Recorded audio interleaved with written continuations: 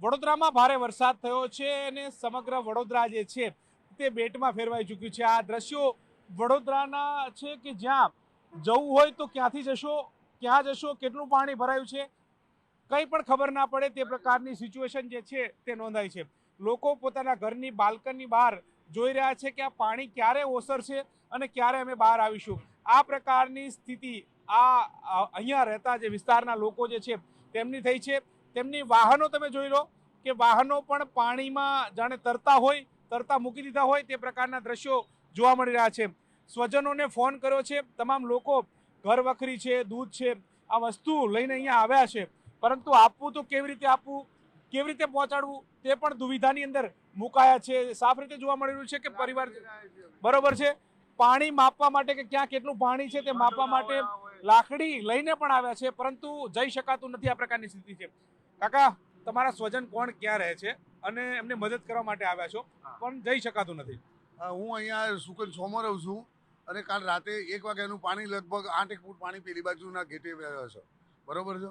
અમારી પાસે કોઈ વ્યવસ્થા બીજી છે નહીં, બહાર નીકળવાના કોઈ રસ્તા નહીં, ગાડીઓમાં પાર્કિંગમાં પણ પાણી આવી ગયું છે, 4 ફૂટ પાણી આવી ગયું, લિફ્ટ બંધ થઈ ગઈ છે, લાઇટ છે નહીં અને દૂધનો પુરવઠો કોઈ બીજી કોઈ મદદ મળી નહીં અમને, તો કોઈ પૂછવા આવ્યું નહીં, બરોબર છે। એટલે અમારા સ્વજનોનું ફોન કર્યો, અહીંયા કોડિયાનગર રહેતા હતા એ ભાઈ કહે છે કે હું દૂધ ને એ બધું લઈને આવું છું અને તમે લઈ જાઓ। હવે અમે આ લાકડીના ટેકે અમે પરણે આવ્યા છીએ। શું કહેશો? સ્વજનની મદદ કરવા માટે આવ્યા છો પરંતુ જઈ જ નહીં શકાતું? આ શું છે, પાણીનો એટલો બધો ભરાવો છે કે આ લઈને આવેલા છીએ પણ હવે ત્યાં સામે પહોંચાડી શકીએ એવી પરિસ્થિતિ જ નથી। પાણી ભેટ ઉપર જ છે ને કઈ રીતે ત્યાં જવું એ વિચાર કરીએ છીએ। હવે પેલી બાજુ રાહ જોવે છે અને અમે અહીંયા વસ્તુ લઈને આ બાજુ રાહ જોઈએ છીએ। નદીના 2 કાંઠા હોય એવું થઈ ગયું છે આ સાહેબ, અને પાણી ઓસર્યું નથી। સતત આ લગભગ 8 થી 9 કલાક થયા એવું ને એવું જ છે પોઝિશન। એટલે આ શાકભાજી છે, દૂધ છે, એ બધું ઘરમાં ખતમ થઈ ગયું છે। નાના છોકરાઓ છે એમને આ બધી વસ્તુની જરૂરિયાત હોય એના માટે કરીને આ સ્વજનોએ ફોન માર્યા હતા। અમે ખુલ્લું હતું ત્યારે હાઈવે ઉપરથી આવ્યા છીએ પણ હવે ત્યાં પહોંચવામાં મુશ્કેલ છે એમને। ત્યાં અહીંયા કોઈ સરકારી રાહત કે આ કોઈ પૂછવા બી નથી આવ્યું કે ભાઈ શું હાલત છે એમ। કાકા, આમ તો શહેરમાં એવું છે કે જાણે નદીના 2 કાંઠા થઈ ગયા છે, આ કાંઠેથી પેલી કાંઠે ના જાય એવી સ્થિતિ હોય।